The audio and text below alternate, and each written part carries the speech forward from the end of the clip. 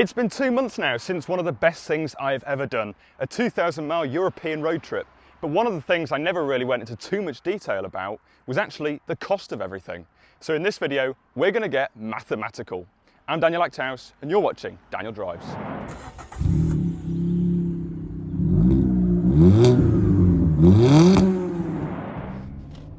So first of all, I can't believe that it's been 2 months. The past 2 months have gone so quick. And really, I can only apologise for my absence from doing YouTube, to be honest. July was so busy. Came back from the road trip, which was first week of July. Obviously filmed the Audi TT video, which you can see on the channel. And then flew out to Poland for a few days with friends, to Krakow, which was amazing. Came back from there, and then soon after that, I went to the Belgian Grand Prix at Spa. Is it bonjour in Belgium? Oui. Oui, okay, bonjour.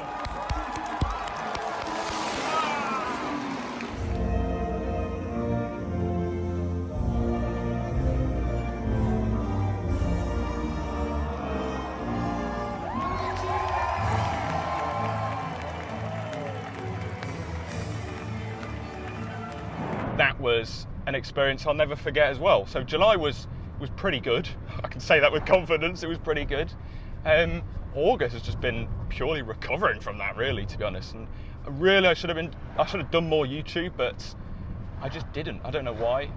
But I'm back into it now. So for those that maybe aren't aware of the road trip, let me just talk about what it actually was. So we left on the 1st of July. And we drove down to the ferry at Dover, the FDS ferry. Again, I'm going to Kos later on. And yeah, got to Dunkirk and then drove to Ypres in Belgium, which was the first stop. And we'd only be there for like one night, because on the Tuesday morning we woke up and we drove to Nuremberg. It was on that day that my wiper decided to break along a motorway when it was really rainy. Sit rep. We've had a bit of a major issue. If you look ahead, I had the wipers on full blast for the past half an hour to an hour because the rain's just been appalling. And the right wiper, the driver's wiper, has just said 9.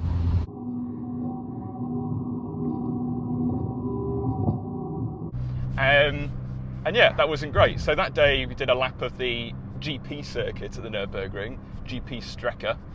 And then on the Wednesday, woke up and what did we do? So many potholes around here. Went to the Michael Schumacher Museum in Cologne, and then later on that day we did the Nordschleife, the lap of the very famous Nürburgring track, which was one of the most terrifying things I've ever done, but one of the best as well.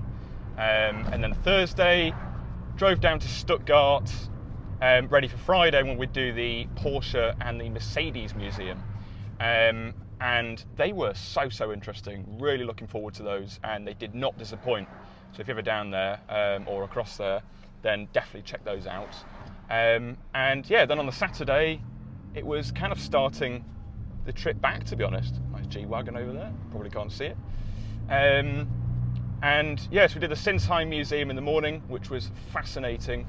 And then drove down to Rem. And it was that day, that trip, that got to experience my first de-restricted autobahn.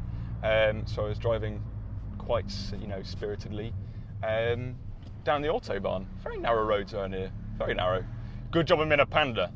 Anyway, so yeah, on the Sunday woke up in Rem, and we went and had a look around the famous Rem circuits, which they used to use in Formula 1 back in the very early days.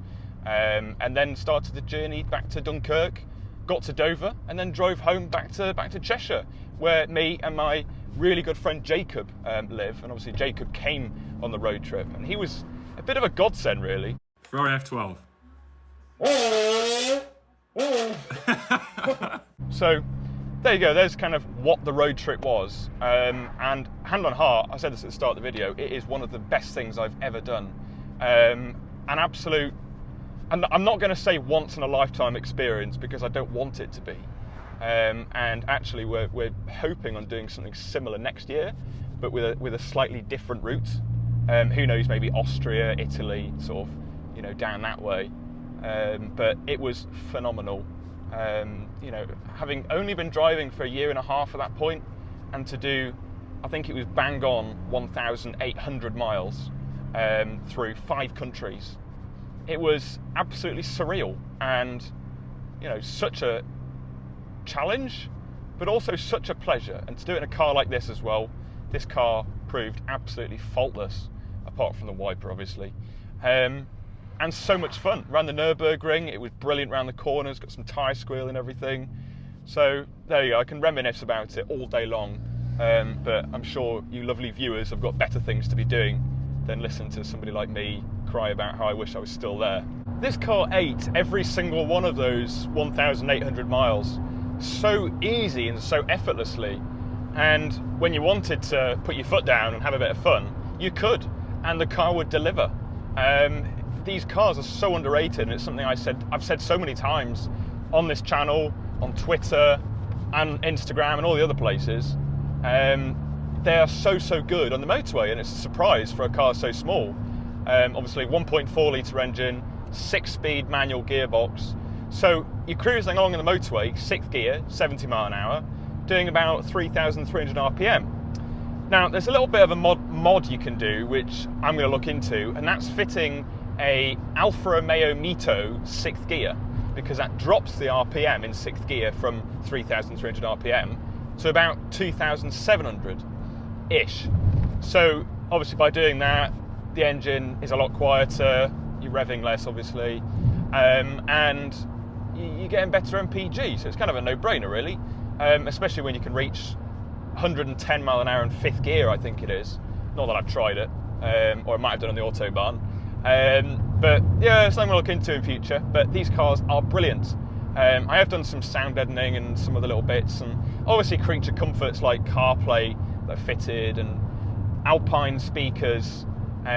They've really made a world of difference. So when you're on a longer trip, you've got these creature comforts, and it's not such a base spec car, because I mean, for a 2007 Panda, they only really came with like FM radio, but fitting the CarPlay has meant I could have my maps there, I could have Spotify, podcasts, everything, all on one screen.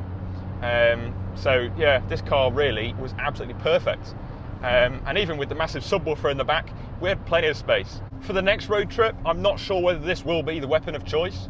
I'd be quite happy for it to be, but there's so many other cars around, and that's one thing I wouldn't mind doing in 2025.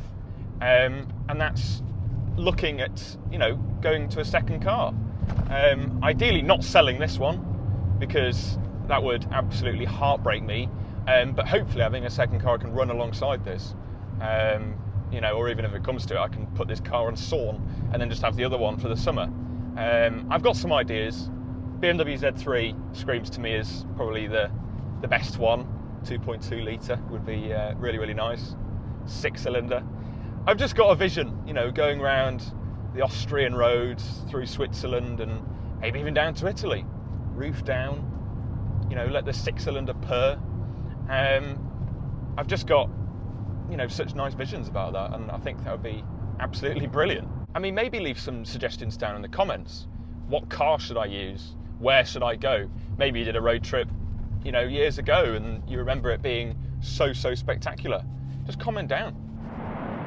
Okay then, let's get down to business. Let's talk numbers. The whole theme of this video, enough of me rambling, let's actually whip out the Daniel Drives book of notes, and let's get serious. So, the ferry, obviously I mentioned it was DFDS, Dover to Dunkirk, Dunkirk to Dover. That came to £172 return. Fuel, it was around 6 tanks of petrol, coming in at around £260. Airbnbs, so that was one night in Ypres, 2 nights in Nürburgring, 2 nights in Stuttgart, and 1 night in Rem.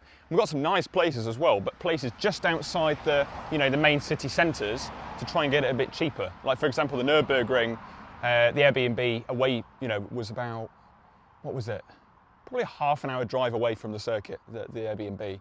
But that actually was a bit of a blessing, because the journey there was absolutely beautiful. So the Airbnbs in total came to about 340 for the week. Food costs, we actually brought a lot of food with us, just in a big bag and a big cool box. So we actually saved a lot on food. That only came to about £119. And other costs, so that's including the laps of the Nürburgring, the odd key ring and, you know, whatever junk really, £135. So in total, that gives us a grand total of £1,026 for a week-long road trip. But obviously I was with Jacob, so as a flyby, so a lot of the costs, like the ferry costs, the fuel costs and the Airbnb cost was actually split in two. So it worked out a lot cheaper. So that's my one tip. If you're going to do a road trip, bring a companion along with you, maybe bring 2 or maybe even 3, because you can split it however many ways, it ends up being a lot cheaper. So yeah, ferry, fuel and Airbnbs were split in half, and that meant, there's loads of flies, that meant that I paid £640 and Jacob spent, I think, just a little bit less, because I paid for the Nürburgring stuff, because really the fun was all mine. So £640 for the best week of my life. You know, that is unbelievably cheap. And I've got friends that went on like lads holidays to Ayia Napa, and the hotel and flights alone were about that much.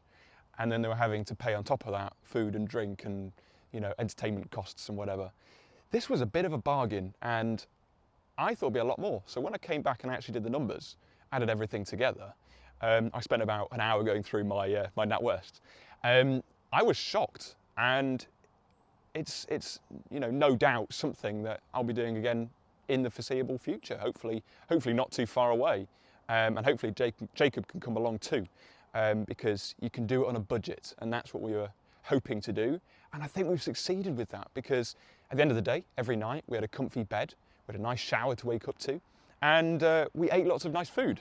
So yeah, there was no losses. So there you go then, a big breakdown of all of the costs from my 1,800 mile road trip, and what a trip it was. I'm hoping to do a lot more YouTube over this next year. I was meant to be going to university this month, September, but I've deferred my offer because I want to look at other options like degree apprenticeships and stuff like that. And this is all something, you know, this is all stuff I've been talking about on my podcast. So if you like this YouTube channel, then there is a podcast now. It's called The Daniel Drives Podcast. It's on Apple Podcasts, Spotify, Amazon Music, Google, wherever you get your podcasts. And they're pretty good shows, to be honest. Sometimes I'm joined by a special guest. Sometimes it's just me, some Formula One chat. There's chats about the Panda, and kind of behind the scenes and extra information that you might not get here on YouTube. So do check that out. But yeah, I'm going to be home, and I'm going to have quite a lot of time over this next year, and I want to build up more experiences, travel, work, and do more YouTube. So do you have any ideas, any video ideas? And if you do, leave them down in the comments. What do you want to see from Daniel Drives? Any trips, any reviews? Maybe you have a car I can review. Let me know down in the comments, or DM me in all the usual places on Instagram or Twitter at DanielCars05. But until then, that's it for now. Thank you so much for watching, and I'll see you very soon. Oh là là, bonjour monsieur.